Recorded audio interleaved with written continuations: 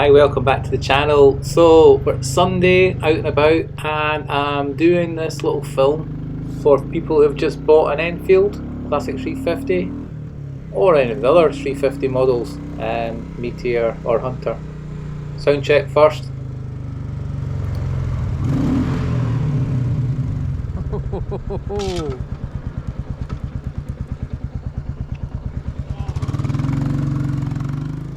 You see that? You get a lot of compliments with these bikes.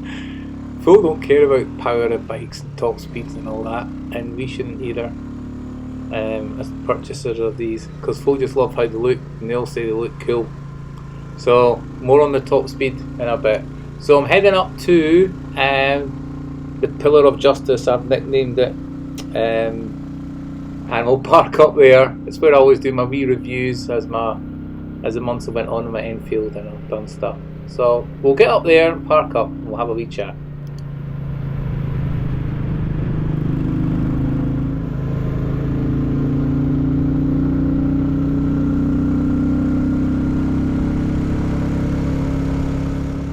So we're nearly there. So yeah, quite a lot of guys who are running their Enfields in this now are asking what they should all do to them to get them to run better, as in a bit more power and stuff like that.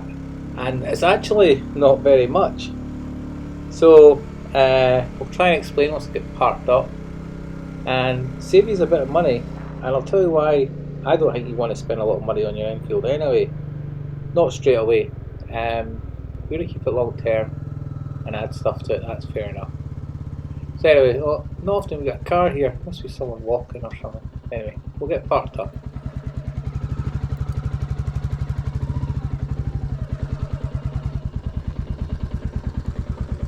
So this monument is known as the Balfour Monument, it's in honour of a James Maitland Balfour, who was born in 1820, died in 1856, and he was always a Scottish landowner businessman. So he made a lot of money in the railway boom and inherited a significant portion of his father's great wealth. So he did a lot for local people, housing and stuff. And it's a cool place to come up and have a look round over East Lothian. And I always come here when I do my reviews and things on my Enfield since I did my first film here. Hi there.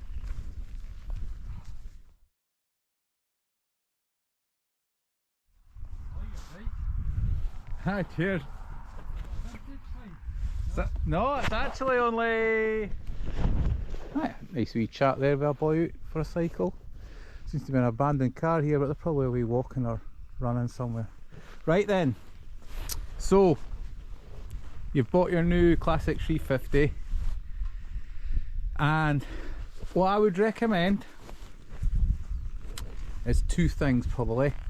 First of all, I would do at least 1,000 miles, at least even 1,500 miles on it, leaving it totally standard, run it in properly. They take a good 1,500 miles to 2,000 till they're really loosened up, and in that time, if like me you're desperate to get an army one, it's not going to bother you, but in that time you will have worked out, can I live with a 70 mile an hour, 72, 73 mile an hour top end? But you don't want to go buying a load of accessories for it, and let's have a seat here, and you decide you kind of live at that. So what's absolute, you've decided it in, right? So you decide you're going to keep it, you don't care about that. I don't care about 70 odd mile an hour. I'm not looking to give a damn. If you can do 70 around these roads, you're bloody doing well, because, well, you're putting yourself in danger at these roads at that speed. You don't need to anyway. So my recommendations is two things. Is these bikes run really warm standard, and I remember my casings were really warm, a lot of heat coming off that engine. They are restricted quite a bit with the air and the exhaust, but it's two cheap things that I would do. I would get the decap pipe that looks just like that, but it's got a bracket here to there, and it is £118 from Hitchcock's UK, plus a little bit delivery. There you go. Like that was, just get a bit of stainless pipe with a, I think it was a 42 mil inside diameter, outside diameter, sorry, to slide in at the front pipe. This one was a 41, sorry, it was this is a 41, you need a 42. Now, two changes I would do is to get the decat, that's £120, and then for, is it 25 or 35 pounds? Back home tonight editing, it's actually £60 for this filter, including VAT. £35. I put the DNA filter on it, but going by what other folk have said, I don't think I'd bother putting this on, which is the stage 2. Lets it breathe more. A lot of folk don't like that air intake noise that they've got with that. So just editing this up, I fitted a Indian shorty bottle silencer, but people have found the stock silencer works perfect. Anyway, back to this. I would say the minimum things needed to make that bike run really well is the decat pipe and the air filter change. They run cooler when you do it. They also pull a lot better, and they get to the top speed easier. And if you had a shot on that one now, that flies up to 70, especially that I've put back to standard gearing. I've got 5,400 miles on that now, so it will be getting an oil change at 6,000 and tappet's done. I'll do a film on that, and that'll be it. Probably be about 11 months old when I get that done. So yeah, there you go. Those two, I would just do those two things and spend the rest of the money in petrol and put the miles on it when you've got it under warranty. Because the thing is it worth spending? You might want to buy engine frame guards like I have, and the spring kits. Also, they were chrome ones I painted. You might want to buy a lot of wee nice extras, folding, stronger mirrors, stuff like that, adjustable levers. Wood though, is it worth, right? Mine cost me $4,250 on the road. I think you'll pay £4.5 now for your new Enfields. Is it worth spending £1,000 on a £4,000 bike, £4,500 bike? If you do, you're actually into the price range of an as new Interceptor, aren't you? 650 twin. And that also answers your top speed question if that's bugging you.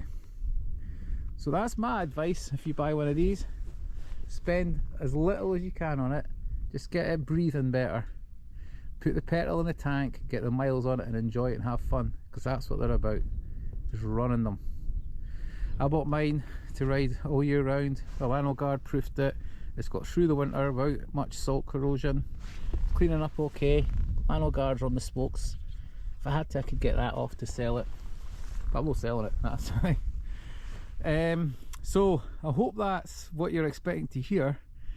You don't need a massive parts list of all this and all that. There is a Fuel X Lite, I believe, and a Fuel X Pro electronic box that plugs onto these, and it makes them run better. I only know this from other folk who have bought them. It doesn't make them run any faster. You're not going to do anything about that top speed. That's the way they are. Just accept that, and it'll soon no bother you, because you'll be enjoying yourself that much. But you know me and my videos, I can't recommend this bike enough. It's fantastic. I made a few mistakes with mine, buying cheap stuff for it, but that's the way it goes. I think they're great bikes, absolutely fantastic, and it started every day. The one thing you'll have to do when you get it as well is you'll have to adjust the gear lever possibly. Videos, I've done a video on it, it's not a hard thing to do. So basically you unbolt here, that loosens the frame, lets that go down, you can get in there, adjust it down or up, whatever you want to do. You'll have to do that probably. Your dealer should do that for you though. The only other thing I might recommend, because I had a bit of problems with engine management lights coming on, is take all your relays out and your fuses. Right, they're on here. I guarantee you they're packed with grease. I just want to get them a spray with WD-40, get a bit of the grease off them. And with the headlight as well, that will be packed with grease, the connection. Get some of the grease off that. And I also forgot to add degrease the electrical connection for your speedo, as that often creates problems with them. Anyway, hope you enjoyed that. I'm off for a play. Thanks again for watching. Leave your comments anyway on what I'm saying. Hopefully you'll agree with me and not start an argument. Give us a like if you like that. Usual stuff, you know. I'll see you all soon. So thanks again. Bye.